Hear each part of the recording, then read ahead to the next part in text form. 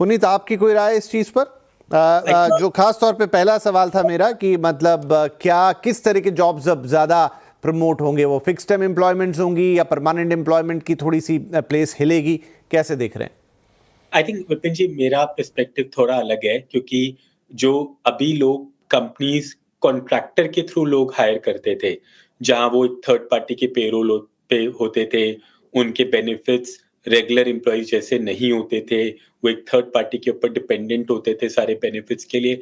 I think कोशिश ये की गई है कि वो लोग अब डायरेक्टली कंपनी के पेरोल पे आए, उनको वो सारे बेनिफिट्स जो रेगुलर एम्प्लॉयज को मिलते हैं वो बेनिफिट्स मिले, जो कंपनी उनकी उनसे काम करा रही है वो उनकी रिस्पॉन्सिबिलिटी ले वो सब बेनिफिट्स के लिए होता है। आई थिंक गवर्नमेंट का पर्सपेक्टिव है कि instead of hiring through third parties और उनके ऊपर डिपेंडेंस के बजाय कंपनीज डायरेक्टली रिस्पॉन्सिबिलिटी लें अपने फिक्स टर्म एम्प्लॉयज के लिए। और कोशिश यही है कि इंडिया में और बहुत तरीके से कि जॉब्स क्रिएट हो, नई नई कंपनीज इंडिया में आए। एक बहुत बड़ा मुद्दा और बहुत बड़ा ऑब्जेक्टिव लेबर कोड्स का ये भी है कि एक इंडिया को फ्रेंडली फेस दिखाएं लेबर लॉज का, ताकि और सारी ग्लोबल कंपनीज इंडिया में आए, सबके लिए जॉब्स क्रिएट हो, और फिर उसमें फ्लेक्सिबिलिटी दी गई है फिक्स टर्म हायरिंग की। तो आई थिंक अगेन गवर्नमेंट का ऑब्जेक्टिव लॉन्ग टर्म बेनिफिट है और कॉन्ट्रैक्टर्स के ऊपर कम डिपेंडेंस और ऑन रोल एम्प्लॉयज के ऊपर ज्यादा डिपेंडेंस का है। तो देखिए, बहुत अच्छा तो लग रहा है, देखने सुनने में बहुत पॉजिटिव भी लग रहा है, एम्प्लॉय फ्रेंडली भी बहुत सारी जगह पे लग रहा है। कुछ एक उस पर ऑब्जेक्शंस भी हैं, लेकिन मैं आप ही लोगों से अगर पूछूं कि अच्छी अच्छी चीज़ों के बारे में तो हमने बात किया, लेकिन क्या इसमें कोई लूपहोल भी है, कोई कमियां भी हैं, या ये ज़्यादा बेहतर किया जा सकता था, वहाँ पर एड्रेस होना छूट गया है? तो श्रुति, आपको लगता है कुछ ऐसी चीज़ें जो आप, जैसा आपने कहा कि एचआर कम्युनिटी में बातचीत चल रही है, तो डेफिनेटली उन चीज़ों पर भी बातचीत चल रही होगी कि या ये तो बड़ा हार्श है, या ये इसमें ये लूपहोल है, इससे दिक्कत हो सकती है? सॉरी, देखिए, अभी एक चीज है, शॉप्स एंड एस्टैब्लिशमेंट एक्ट अभी भी इन फोर्स है, and shops and establishment act कई कई जगहों पे डायरेक्ट कॉन्फ्लिक्ट में आएगा with the new labour code. वो एक, जब तक कॉन्फ्लिक्ट नहीं सॉल्व होता है, वो एक अंडरस्टैंडिंग नहीं होती है कि कहाँ पे कौन सी चीज प्रेसिडेंस लेगी, कहाँ पे कौन सी चीज को हमें ज्यादा इंपॉर्टेंस देनी है, वो एक कॉन्फ्लिक्ट रहेगा। उसके ऊपर क्लैरिटी अभी नहीं है। आई थिंक वो, मुझे लगता है अगर क्लैरिटी होती और कॉन्फ्लिक्टिंग दो एक्ट नहीं होते तो बड़ा आसान हो जाता। जो अच्छा किया गया है, जो अभी पुनीत जी भी कह रहे थे, लॉज को 4 भाग में ही कर दिया है, रादर देन बहुत सारे लॉज थे हमारे पास। 4 सिंपल लॉज हैं। बाहर से अगर कंपनीज आएंगी उनके लिए पढ़ना आसान है, समझना आसान है, रेगुलेट करना आसान है। सो अच्छाई भी है, और वो कुछ कॉन्फ्लिक्ट्स भी हैं, तो वो देखेंगे कैसे होता है। अभी तो स्टार्ट ही हुआ है। राय इस पर, कहीं कोई ऐसी चीज जो आपको लगा कि ये बेहतर हो सकती थी? अगर मैं श्रुति जी की बात को आगे बढ़ाऊं, तो एक तो कि जो उन्होंने बोला कॉन्फ्लिक्ट विद स्टेट एसएनई एक्ट, क्योंकि अभी भी वो भी वैलिड है, उसमें दूसरा इशू ये भी है कि लेबर कोड्स में बहुत सारी चीजें अभी भी स्टेट गवर्नमेंट्स को डिसाइड करनी है।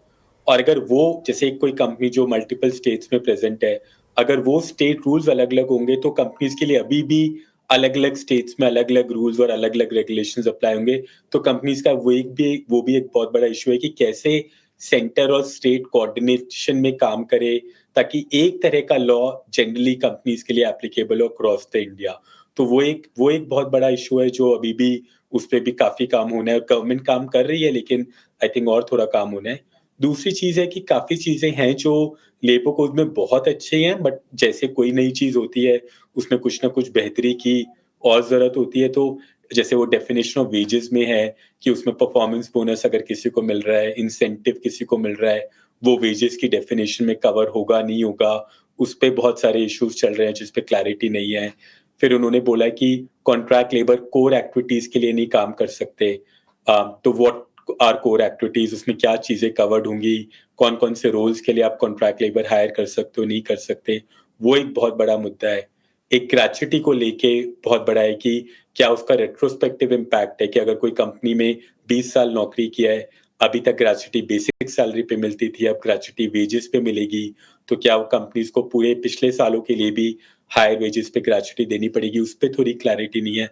तो ऐसे हैं काफी थोड़े बहुत सवाल, प्रैक्टिकल इश्यूज जो गवर्नमेंट को रेज भी हो रहे हैं, उन्होंने बोला भी है कि वो कंसल्टेशंस करेंगे और चीज़ें बहुत बेहतर करेंगे, तो वो एक रिक्वायरमेंट है, एक्सपेक्टेशन है इंडस्ट्री की इन सब चीज़ों पे क्लैरिटी के लिए। राइट, ठीक है। तो चलिए, यहाँ पर नया कोड आ गया, बहुत सारी चीज़ें जैसा आप लोग कह रहे हैं कि उसमें अभी देखनी होंगी, जब इम्प्लीमेंटेशन होगा तो वहाँ पर हमको उनकी कमियां या खामियां दिख सकती हैं, उनकी कितनी अच्छाइयाँ हैं वो पता चलेगा। लेकिन अगर एक बड़ी पिक्चर को देखने की कोशिश करें और जो हमारे मेहमानों की यहाँ पर राय निकल कर आई, उससे तो ये लगता है कि हाँ, यहाँ पर ईज़ ऑफ डूइंग जॉब होने जा रहा है, फ्लेक्सिबिलिटी बढ़ जाएगी, एम्प्लॉय के तौर पर आपके अधिकार भी यहाँ पर बढ़ते हुए नज़र आ रहे हैं, जॉब करना आपके लिए एक बेहतर अनुभव बने इस तरीके का है। और बहुत सारा जो टर्म्स एंड कंडीशन होते हैं जो कई बार दिखते नहीं हैं, उनको बहुत बैलेंस आउट करने की कोशिश लग रही है। अगेन लेट्स से इम्प्लीमेंटेशन पे बहुत कुछ डिपेंड करता है कि कैसा होता हुआ नजर आएगा, स्टेट्स उसको किस तरीके से मॉडिफाई करते हैं, कितना ओरिजिनल रहने देते हैं, कितने चेंजेस अपने अकॉर्डिंगली लाते हैं, ये आने वाले कुछ टाइम में थोड़ा क्लियर होता हुआ हमें दिखाई देगा। लेकिन फिलहाल पुनीत और श्रुति, बहुत बहुत शुक्रिया, एंड आई होप कि ये बातचीत से हमारे दर्शकों को काफ़ी क्लियर हुआ होगा कि उनके लिए यहाँ से जॉब करना एक कैसा अनुभव होने वाला है। थैंक यू वेरी मच, नमस्कार।